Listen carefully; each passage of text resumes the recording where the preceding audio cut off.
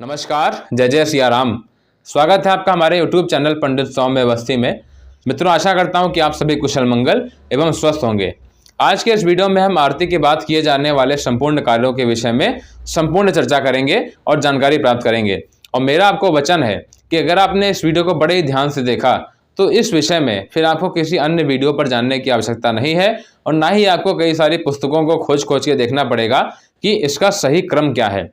यानी कि यजमान जब आरती कर रहा होता है पूजन में, तो आरती से लेकर के उसके उठने तक की संपूर्ण जानकारी मैं आपको इस वीडियो में दूंगा। सबसे पहले मैं आपको बताऊं, एक उदाहरण ले लिया जाए कि मान लेते हैं कि आप किसी यजमान के यहाँ अथवा किसी व्यक्ति के यहाँ भगवान शंकर जी का रुद्राभिषेक पूजन कराने के लिए गए। अब इस रुद्राभिषेक के क्रम में जब भगवान शंकर जी की आरती हो रही होती है, जैसे ओम जय शिव ओमकारा, अथवा भगवान गंगाधर जी की जो आरती है वह मान लीजिए आरती हो रही है, तो आरती के बाद अब आपको क्या करना है, तो उसके बाद के जो कार्य हैं उसका मैंने यहाँ पर लिस्ट दे रखी है आपको। यही सही क्रम में मैंने यहाँ पर इसको अरेंज कर रखा है। सबसे पहले आप इसको डायरी में अपने नोट कर लीजिए अथवा स्क्रीनशॉट ले लीजिए। अब यहाँ पे देखिए आरती हो रही है। आरती होने के बाद जैसे मान लीजिए त्रिगुण स्वामी जी की आरती जो कोई नर गावे, कहत शिवानंद स्वामी सुख संपत्ति पावे। आप इसको लय में गाइएगा वरना वीडियो लंबा हो जाएगा अगर हम अच्छे से गाएंगे तो। इसके बाद तुरंत आपको मंत्र पढ़ना शुरू कर देना है, जैसे कर्पूर गौरम करुणावतारम संसार सारम भुजगेंद्र हारम, या त्वमेव माता च पिता त्वमेव गुरुर ब्रह्मा गुरुर विष्णु श्री कृष्ण गोविंद हरे मुरारी, हे नाथ नारायण वासुदेवा जीवे पिबस्वामृत में तदेवा गोविंद दामोदर माधवेति। और फिर आप कुछ अन्य मंत्रों को भी सम्मिलित बीच में कर सकते हैं।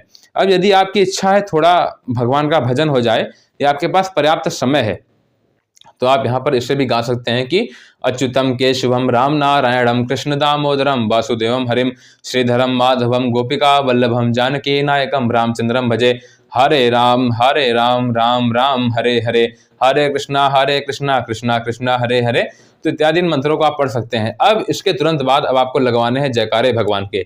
सबसे पहले गणेश जी का, बोलिए गणेश भगवान की जय हो, गौरी मैया की जय हो, शंकर भगवान की जय हो, विष्णु भगवान की जय हो, दुर्गा मैया की जय हो, हनुमान जी महाराज की जय हो, या फिर ग्राम देवता की जय हो, स्थान देवता की जय हो, वास्तु देवता की जय हो, नगर देवता की जय हो, भारत माता की जय हो, गौ माता की जय हो, या फिर अपने अपने माता पिता की जय हो, भक्त और भगवान की जय हो इत्यादि। इन सभी का आप जयकारा लगवाइए। फिर अंत में धर्म की जय हो, धर्म की जय हो, अधर्म का विनाश हो, अधर्म का विनाश हो, प्राणियों में सद्भावना हो, प्राणियों में सद्भावना हो तो विश्व का कल्याण हो, नमः पार्वती पतिये हर हर महादेव।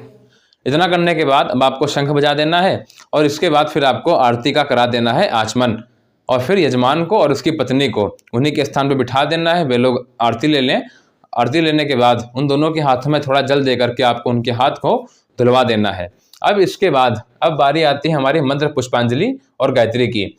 पुष्पांजलि का अर्थ होता है कि पुष्प को अपनी अंजलि में, यानी कि फूलों को अपने हाथ में रख करके भगवान से प्रार्थना करना, इसे ही कहते हैं पुष्पांजलि। तो पुष्पांजलि के लिए यजमान और उसके पत्नी के हाथों में कुछ आप पुष्प दे दीजिए और फिर आपको पुष्पांजलि के मंत्र पढ़ने चाहिए और सभी देवी देवताओं की आपको गायत्री पढ़नी चाहिए। ध्यान रहे, जिस प्रधान देवता का पूजन हो रहा है उसकी गायत्री सबसे अंत में पढ़ी जाएगी। जैसे रुद्राभिषेक में भगवान शंकर जी आपके प्रधान देवता है, तो हरि ओम तत्पुरुषाय विद्महे महादेवाय धीमहि तन्नो रुद्रः प्रचोदयात्। तो जो शंकर जी आपके हैं तो उनकी जो गायत्री है वह सबसे अंत में पढ़ी जाएगी।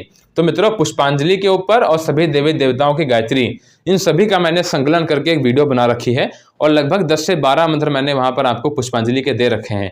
2 विधि भी मैंने आपको बता रखी है, एक छोटी विधि और एक बड़ी विधि। जैसे मान लीजिए आप नया नया पूजन सीख रहे हैं तो आप छोटी विधि को पढ़ने का प्रयास करें। तो आप क्या करेंगे, उस वीडियो को आप अवश्य देखिए, उसका लिंक आपको नीचे डिस्क्रिप्शन में मिल जाएगा, उससे आप जाकर के अवश्य देखिएगा। फिर आपकी बारी आती है प्रदक्षिणा की।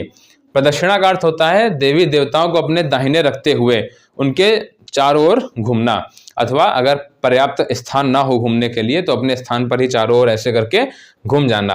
अब कौन से देवी देवता की हमें कितनी प्रदक्षिणा करनी चाहिए, इसके ऊपर भी मैंने अलग से वीडियो बना रखा है, डिस्क्रिप्शन में आपको लिंक मिल जाएगा और प्रदक्षिणा के ऊपर आप अवश्य उस वीडियो को जाकर के देखें। साथ ही साथ शंकर जी की प्रदक्षिणा करने के ऊपर जो कई सारे लोगों के मन में डाउट रहता है कि आधी करनी चाहिए कि पूरी करनी चाहिए, तो उसके ऊपर हमने अलग से वीडियो बना रखा है, जाकर के आप अवश्य देखें। सबका लिंक आपको नीचे डिस्क्रिप्शन में मिल जाएगा। अब इसके बाद बारी आती है प्रणाम करने की और समर्पण करने की।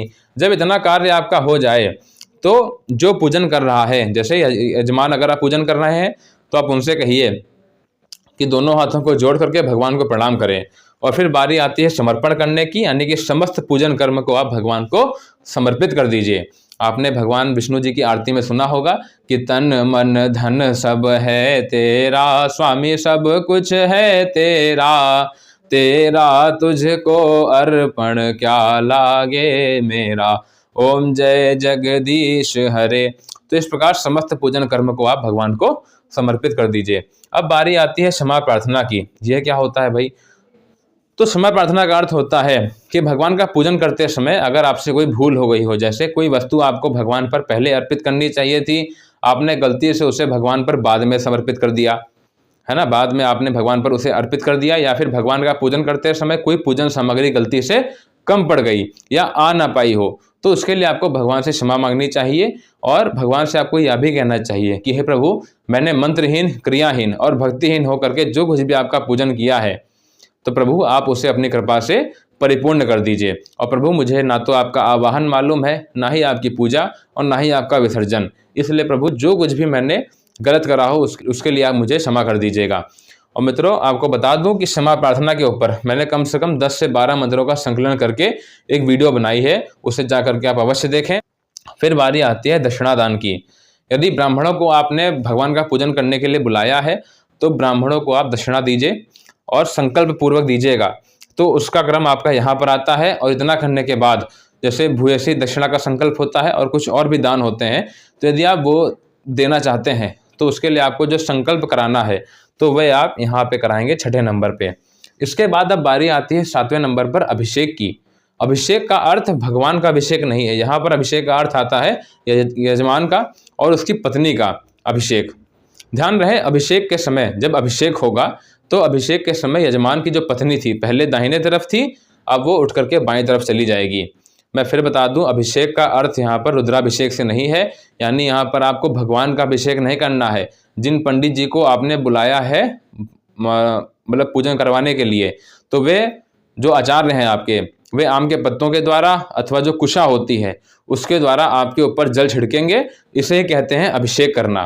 तो ध्यान रहे, जब भगवान का पूजन हो रहा था, यानी कि शुरुआत से, यानी कि आचमन, यानी कि जब दीपक जला था आपका, आचमन दीपक जलने से लेकर के अभी तक जब भगवान का यहाँ तक हम आशीर्वाद देंगे, तब तक जो है पत्नी हर एक कार्य में पति के दाएं तरफ बैठेगी। किंतु जब अभिषेक होता है तो उस समय पत्नी उठ करके जाती है और पति के बाएं भाग में जाकर के बैठ जाती है। तो इसका आप ध्यान रखिए, जब आचार्य कुशा अथवा आम के पत्ते के द्वारा आपके ऊपर जल छोड़ें तो उस समय आपको अपनी पत्नी को बाएं भाग में बिठा लेना है। ठीक, अब बारी आती है विसर्जन की।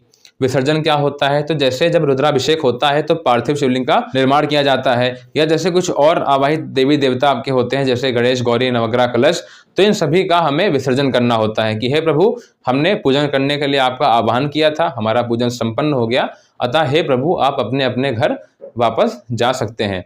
तो प्रार्थना पूर्वक आपको उनसे कहना है। और मित्रों, विसर्जन के मंत्रों को पढ़ते हुए, देवी देवताओं के ऊपर अक्षर छोड़ते हुए उनका विसर्जन हमें करना चाहिए। और मैं आपको बता दूं कि अभिषेक विसर्जन के मंत्र मैंने अलग से एक वीडियो में बना रखे हैं, उसको भी आप नीचे डिस्क्रिप्शन में जाएंगे, आपको वहां पर लिंक मिलेगा। अगला आपका आता है रक्षाबंधन। रक्षाबंधन का तात्पर्य है आचार्य, यानी जो आपके यहाँ पूजन कराने के लिए पंडित जी आए हैं, वह आचार्य जी अब यजमान के और उसकी पत्नी के कलावा बांधेंगे, और जैसे जो घर के कुछ अन्य लोग हैं उनके भी वे कलावा बांधेंगे, जिसे आप रक्षा सूत्र के नाम से जानते होंगे, मौली।